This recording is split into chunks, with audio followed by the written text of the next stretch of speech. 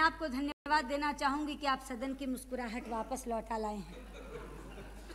मैं कह रही थी कि पीटीआई के ट्रिकर की जो खबर यहाँ कोट करके पढ़ी गई उसमें किसी तरह की अस्पष्टता नहीं है, लेकिन चूंकि एक ही वाक्य ट्रिकर पर आ सकता है तो वो वाक्य पढ़ा गया। शिवराज जी ने यहाँ एक बहुत वैध बात रखी कि बहस तब हो सकती है और मीनिंगफुल बहस तब हो सकती है जब जजमेंट आए और जजमेंट को पढ़ा जाए। मैं केवल अदब से आपके माध्यम से ये पूछना चाहती हूँ कि जजमेंट की टेक्स्ट यहाँ प्रोवाइड कराने की जिम्मेदारी किसकी थी? क्या इधर बैठे हुए बेंचेस पर थी या सरकार की थी?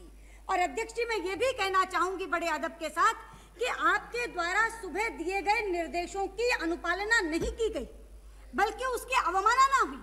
आपने खास तौर पर समय दिया सरकार को और ये कहा कि 2 बजे तक आप वो टेक्स्ट मंगा करके यहाँ पर स्टेटमेंट दीजिए, जबकि जरूरत इस बात की भी नहीं थी। देश के संचार साधन इतने आगे बढ़ चुके हैं, फैक्स है, एसटीडी है, कुरियर से लोग आ सकते हैं कि वो जजमेंट क्या था, उस जजमेंट का ऑपरेटिव पार्ट क्या था, ये बात सरकार को पता लगने में देरी नहीं लगनी चाहिए थी।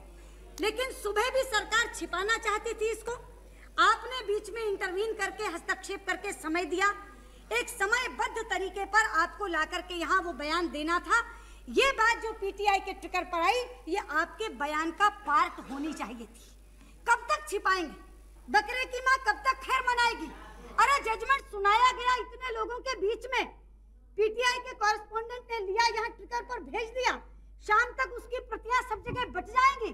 कब तक आप ये छिपाएंगे कि स्वयं कोर्ट ने उस एक्शन को असंवैधानिक करार दिया है जिस प्रस्ताव को ये सरकार सदन में लाई और हमारे विरोध के बावजूद पारित कराकर ले गई। इसलिए मैं कहना चाहती हूँ शिवराज जी कि मीनिंगफुल बहस को रोकने का काम सरकार ने किया है, हमने नहीं किया। और यदि अध्यक्ष जी के निर्देशों की अनुपालना की जाती और उस टेक्स्ट का समावेश इस समय मंत्री महोदय के वक्तव्य में होता तो एक मीनिंगफुल बहस यहाँ हो सकती थी। ये मेरा पहला पॉइंट है। मेरा दूसरा पॉइंट ये है कि इस बात पर कोई डिस्प्यूट नहीं है कि इस निर्णय को असंवैधानिक कहा कोर्ट ने। वो राष्ट्रपति शासन लाने का प्रस्ताव 356(5) की बात सोमनाथ जी कह रहे थे। सोमनाथ जी, शायद आपसे ज्यादा किसी को उसके बारे में पता नहीं है, क्योंकि जनता पार्टी के शासनकाल में वो तरमीम, वो संशोधन हम और आप मिलकर लाए थे।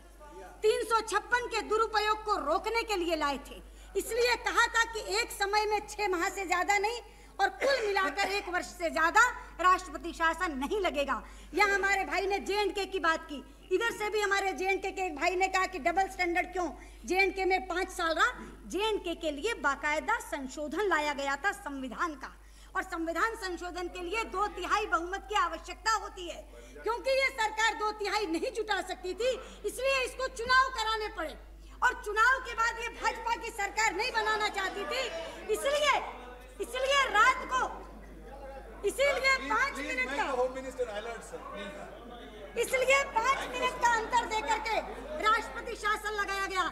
इसलिए मेरा दूसरा पॉइंट ये है अध्यक्ष जी कि बाकी पॉलिटिकल प्रोसेस के लिए जो समय लगेगा सो लगेगा, लेकिन एक असंवैधानिक प्रस्ताव पारित कराने का जो काम इस सरकार ने सदन से किया है, उसके बाद इस सरकार को सिंहासन पर बने रहने का कोई अधिकार नहीं है। इस सरकार से सुबह इस्तीफा मांगा था हमारे नेता ने, और अब ये पीटीआई के ट्रिगर पर जो लाइनें आई हैं, ये स्ट्रिक्चर्स हैं इस गवर्नमेंट के खिलाफ, सीधे स्ट्रिक्चर्स के एक असंवैधानिक प्रस्ताव इस सदन में ला करके सदन की गरिमा गिराने का काम किया है, एक असंवैधानिक प्रस्ताव पारित कराने का काम किया है। इसलिए इस सरकार को तुरंत इस्तीफा देना चाहिए और आगे का पॉलिटिकल प्रोसेस जो भी यहाँ पर दूसरी चीज बने उसके माध्यम से होना चाहिए। इसलिए मैं शिवराज जी को कहना चाहती हूँ कि जिम्मेदारी इस सरकार की बनती है, हमारी जिम्मेदारी नहीं है।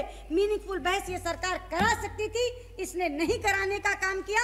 इसलिए असंवैधानिक काम करने के लिए इस सरकार से हम इस्तीफा पुनः मांगते हैं, तुरंत इस सरकार को त्यागपत्र देना चाहिए।